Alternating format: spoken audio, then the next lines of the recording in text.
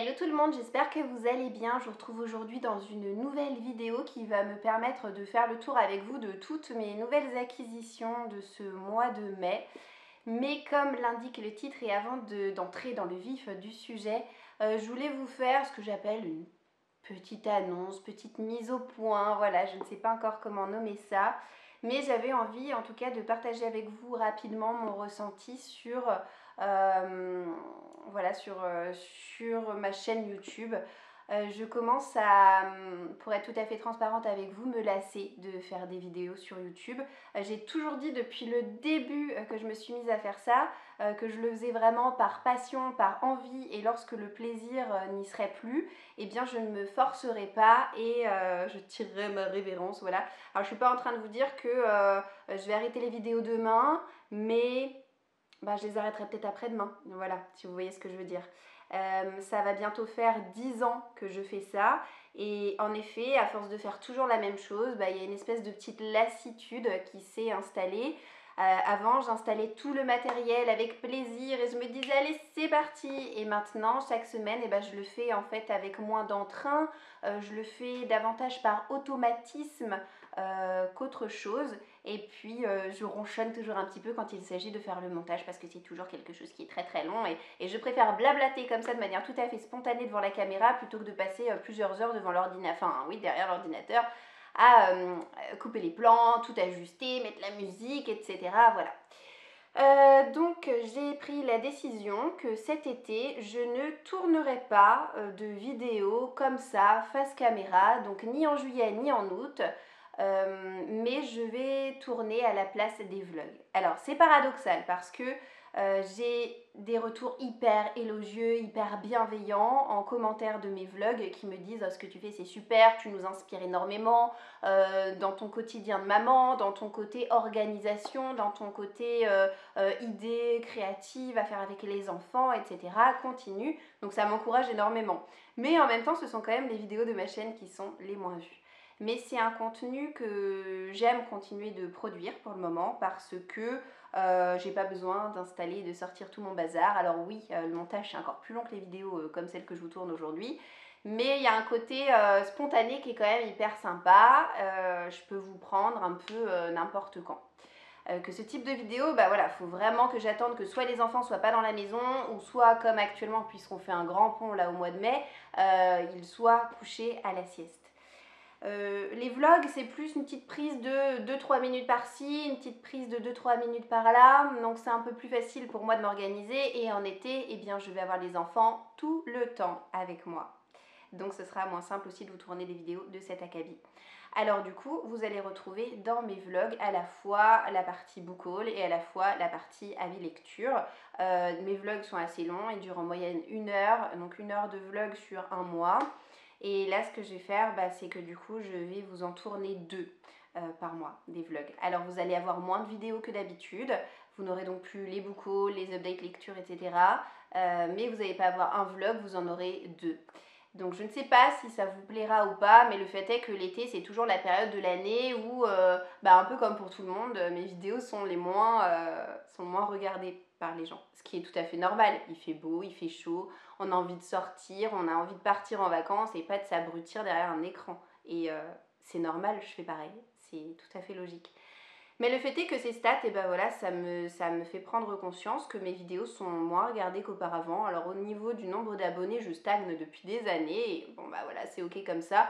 Mais quand je vois que vous regardez moins longtemps mes vidéos, que vous les regardez moins fréquemment, ben ça me décourage d'autant plus. Comme je vous le disais, ça va faire 10 ans que je fais ça. J'ai fait partie des...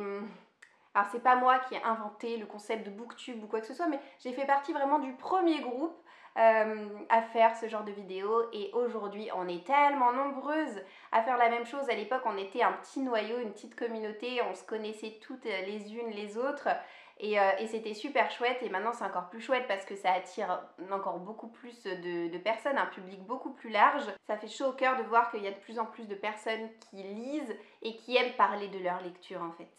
Mais je dois vous avouer que j'ai pas envie de consacrer énormément d'énergie à tenter d'inventer des nouveaux concepts pour essayer d'ameuter davantage de monde. Moi, je me complaisais dans ma petite routine, mais c'est vrai que là, je commence à me lasser quelque peu. Et quand je vois que vous commencez à décrocher aussi de votre côté, ça m'incite pas forcément à m'accrocher.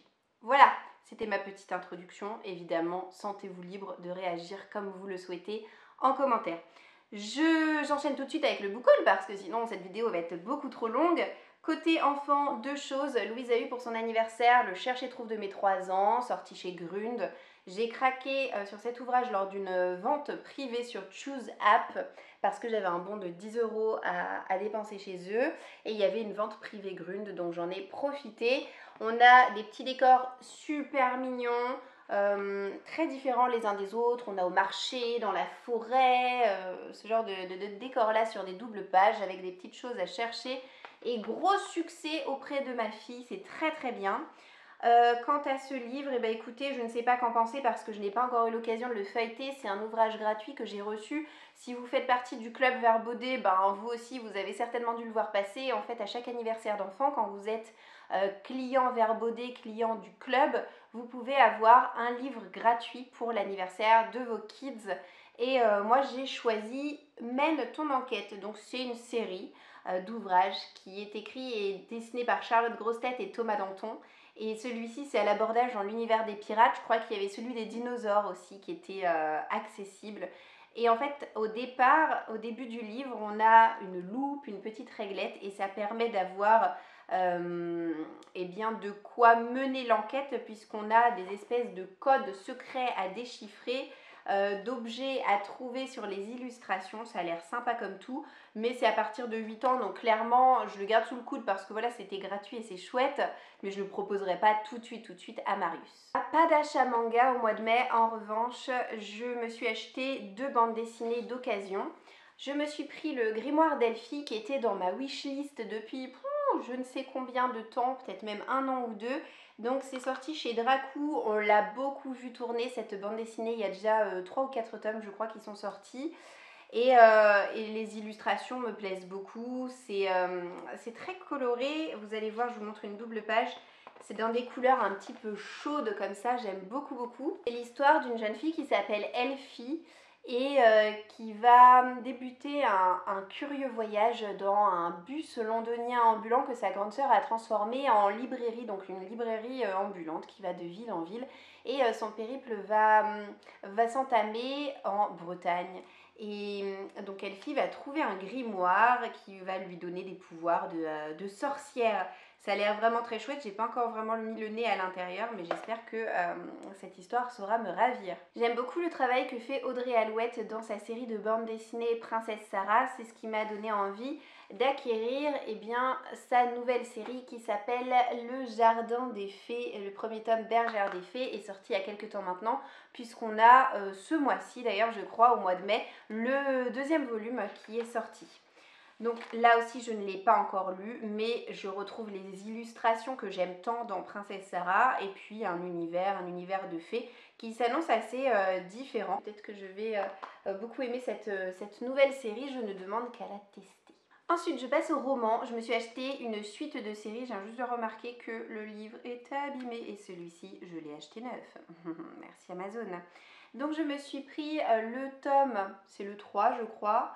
Le tome 3 des enquêtes d'Anna Swenson. C'est Meurtre et Muffin aux myrtilles de Johann Fluck. Et j'ai lu le tome 2 il n'y a pas longtemps et je me suis dit c'est vrai que j'ai pas la suite dans ma pile à lire, donc il me faudra un petit tome d'avance pour quand j'aurai envie de poursuivre la série. C'est maintenant chose faite, donc vous le savez, c'est un cozy mystery qui s'attache à Anna Swenson, la gérante du Cookie Jar, une espèce de café gourmand, et cette jeune femme est d'un naturel très curieux, très perspicace, elle aime bien les mystères, elle aime bien les enquêtes, et alors dès qu'il y a un truc un peu étrange qui se passe en ville, elle est là pour essayer de récolter des indices et c'est très distrayant, très gourmand. J'aime beaucoup cette série, donc je suis ravie d'avoir pu me procurer la suite.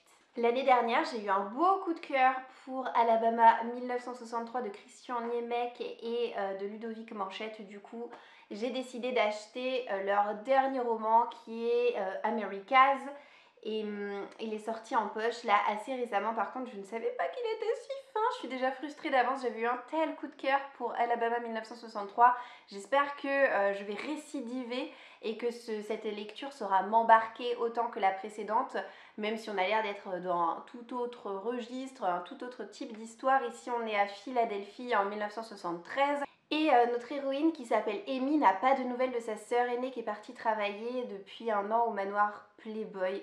Donc Amy va décider de traverser les États-Unis en stop pour rejoindre sa sœur. Ça va être un long voyage avec des embûches, avec des aventures à la clé. Elle va rencontrer beaucoup de monde sur la route, des hippies et d'autres personnes. Et je pense que cette espèce d'aventure riche en rebondissements va la faire grandir, va la faire évoluer. Et j'ai vraiment hâte de me plonger dans cette lecture qui me tente énormément. J'ai pas entendu dire que les auteurs vont sortir un roman cette année. J'espère que ce sera quand même le cas, peut-être en fin d'année, je ne sais pas. Mais j'espère qu'ils vont pas arrêter en si bon chemin cette aventure littéraire dans laquelle ils se sont lancés parce qu'ils ont vraiment énormément de talent tous les deux. Figurez-vous qu'il y a une librairie qui a ouvert ses portes à 2 pas de chez moi, en plein centre-ville. C'est vraiment très chouette. Librairie qui, j'espère, va perdurer dans le temps parce qu'on est cerné entre le Furet du Nord d'un côté et Cultura de l'autre, et donc cette petite librairie indépendante en plein milieu. Donc j'ai acheté, d'ailleurs je ne voulais pas ramener parce que j'aurais pu, étant donné que c'est un achat du mois de mai, mais je l'ai laissé dans le salon. Mon mari est en train de faire une petite sieste réparatrice, donc je ne vais pas aller l'embêter. Mais j'ai acheté un livre pour tout petit, pour Félix, qui vient de chez Grund, là aussi. C'est un Coucou Lion, un livre où vous pouvez déplacer une petite languette en carton et ça fait apparaître, disparaître des animaux. C'est très sympa. Félix est très friand de ce genre d'objet livre. Il a 6 mois, il est bien éveillé et du coup ça attire énormément son attention, ces histoires d'apparition et de disparition. Bon, en tout cas, vous le verrez dans mon vlog, donc pas de souci. Et j'ai aussi acheté dans cette librairie, pour les soutenir, parce que j'espère qu'ils resteront là un bon moment tout de même, un roman. Un roman que je comptais m'acheter au Furet du Nord, et vous voyez, même si dans cette librairie il n'y a pas énormément de choix, eh bien il y avait en un seul exemplaire, mais en vraiment en parfait état, je pouvais rien lui reprocher. Il y avait ce livre, donc c'est 6 couronnes écarlates. Vous l'avez sûrement vu pas mal tourner parce que c'est une sortie récente de Rajo, et c'est écrit par Elisabeth Lim. D'après ce que j'ai pu comprendre, c'est une réécriture d'un conte, mais alors d'un conte que personnellement je ne connais pas, où on a une histoire de malédiction avec une princesse dont les frères vont être transformés en grues. Elle va avoir une espèce de bol mis sur la tête, et il faut qu'elle le conserve. Et on lui dit lors de cette malédiction qu'elle doit rester muette parce que si jamais elle prend la parole, eh bien l'un de ses frères mourra. Ça m'a l'air très sympathique. J'en ai vu de très très bons retours. La couverture est tellement somptueuse. J'aime énormément de toute façon les couleurs pastel. Donc je ne pouvais qu'être attirée visuellement par cet ouvrage. Et visiblement, eh bien, le contenu est à l'avenant. Donc vraiment, je ne sais pas quand est-ce que j'aurai l'occasion de lire ce livre, mais je suis persuadée que je l'apprécierai. J'ai en tout cas un très bon pressentiment. Alors ensuite, sur Vinted, je me suis pris pas mal de petites choses. Je me suis pris un livre de Brittany Cherry, qui est une auteure de romance contemporaine que j'apprécie autant que Colleen Hoover. Et j'ai décidé de commencer donc sa saga qui s'appelle Compass. Donc le premier tome, c'est Tempête du Sud. Alors j'ai une sainte horreur des illustrations des différents tomes de cette saga avec ces mecs qui se veulent virils et beaux mais qui en réalité sont ni très virils ni très beaux, en tout cas à mon sens. Voilà, je trouve la couve absolument moche, absolument cliché à souhait, mais c'est du Brittany Cherry et ces histoires arrivent la plupart du temps à m'embarquer. Alors je dis la plupart du temps parce que j'avais lu London on Shay et j'avais pas été, c'est London on Shay, je vous dis pas de bêtises, j'avais pas été hyper emballée par ma lecture, j'avais trouvé ça un petit peu trop cucul à praline, un petit peu trop convenu. En même temps, je suis assez difficile en romance contemporaine. Donc écoutez, là je me suis pris Tempête du Sud et j'espère que je vais beaucoup aimer cette romance qui nous est proposée. Je me suis aussi acheté dans un état absolument irréprochable le tome 2 du Club du Calmar géant écrit par Alex Bell.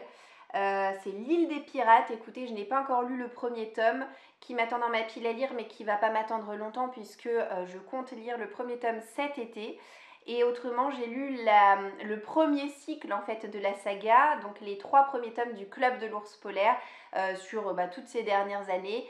Saga dont je vous ai beaucoup parlé, dont je vous ai beaucoup vanté les mérites, parce que c'est une série, c'est une petite pépite hein, cette série pour la jeunesse, avec beaucoup d'aventures, beaucoup de magie, beaucoup de bons sentiments, des super relations entre les différents protagonistes et un univers absolument enchanteur et enchanté. J'avais été tellement oh là là, favorablement surprise par cette série et son ambiance que évidemment j'ai voulu poursuivre l'aventure avec la saga du Club du Calmar géant. Donc c'est une histoire qui mêle exploration, disparition, artefacts magiques, bref c'est extra. Là je sais pas trop quelle orientation va prendre la série avec cette saga du Calmar géant, mais j'aurai l'occasion de vous en reparler très bientôt avec le premier tome. En tout cas voilà, j'ai trouvé à un prix vraiment dérisoire ce tome 2 sur Vinted. J'avais tapé le titre sans trop y croire parce que je me suis dit c'est sorti il n'y a pas longtemps, donc à mon avis si je le vois en vente, voilà, ça va être un prix encore un peu cher. Et pas du tout, donc très belle surprise et très belle affaire. Et puis finalement, il me reste 2 livres à vous présenter. Je les ai achetés auprès de la même vendeuse. J'étais partie pour trouver celui-ci et je l'ai donc trouvé. C'est Sky Hunter, sorti chez Deux Sacs Suisses, c'est écrit par Marie-Lu. Celui-là aussi, on l'a beaucoup vu passer. Il est sorti en début d'année. Et alors de Marie-Lu, j'ai pas encore eu l'occasion de lire énormément de livres. C'est une auteure hyper prolifique, pourtant elle écrit plein de choses, plein de sagas. Moi j'ai eu l'occasion de lire, comment est-ce que ça s'appelait? J'ai pas gardé la trilogie, hein. J'avais trouvé ça sympathique mais ça me donnait pas envie, si vous voulez, de la relire un jour, donc je m'en étais séparée. C'était la Dystopie Legend, voilà. Autrement, elle a écrit une trilogie qui s'appelle Young Elite. Il y a toujours, depuis de trop nombreuses années, le premier tome qui m'attend dans ma pile à lire que j'ai toujours pas réussi à lire. Et autrement, elle a écrit Warcross. Là aussi, j'ai le premier tome de la duologie chez PKJ que je n'ai pas encore lu. Et elle a écrit un livre visiblement sur les super-héros, Batman, Nightwalker et The Kingdom of Back. Alors ça, pour le coup, je n'achèterai pas parce que je suis pas hyper intéressée par les histoires qui parlent de super-héros, sauf un livre que j'ai terminé de relire parce qu'il s'agit d'une relecture il n'y a pas longtemps et dont je vous reparlerai tout bientôt, que j'aime beaucoup. Qui est écrit par Marissa Meyer, mais autrement, voilà, c'est pas trop mon truc, les super-héros. En tout cas, j'avais bien envie de m'acheter Sky Hunter, qui est un livre de science-fiction qui me tentait beaucoup. Et alors, en regardant par curiosité les autres ouvrages que la vendeuse eh bien, mettait en vente, je suis tombée sur Absolu. Absolu de Margot Dessen, qui est sorti aux éditions Bragelonne dans leur collection Young Adult qui est Big Bang. Et ce livre, eh bien, j'en ai beaucoup entendu parler aussi, je l'ai énormément vu passer. J'ai pu entendre à droite à gauche qu'on l'a beaucoup vu passer sur TikTok. Bon, personnellement, je ne vous le confirmerai pas parce que je n'ai pas TikTok. Je trouve que c'est une application qui est assez, je sais pas, assez malaisante. Moi, je trouve ça assez stressant de proposer du contenu en continu, de vidéos sans cesse comme ça. Enfin, je sais pas, je trouve ça assez oppressant comme concept, TikTok. Donc jamais vous ne me trouverez sur TikTok, je préfère vous avertir. Mais il n'empêche qu'il a eu un beau succès, on en a beaucoup entendu parler, c'est un univers qui a l'air assez dystopique visiblement, et plutôt militaire. Nos personnages principaux sont Prime et Johanna, voilà. Et du coup, ils sont choisis pour être envoyés dans ce qu'on appelle la zone. Et dans la zone, il y a une espèce de monstre hyper terrifiant qui fait peur à tout le monde. C'est un honneur pour eux d'avoir été choisis pour essayer d'éliminer la chose. Mais quand ils arrivent sur place, ils découvrent que la menace n'est pas forcément celle qu'on croit. Voilà, la petite phrase accrocheuse.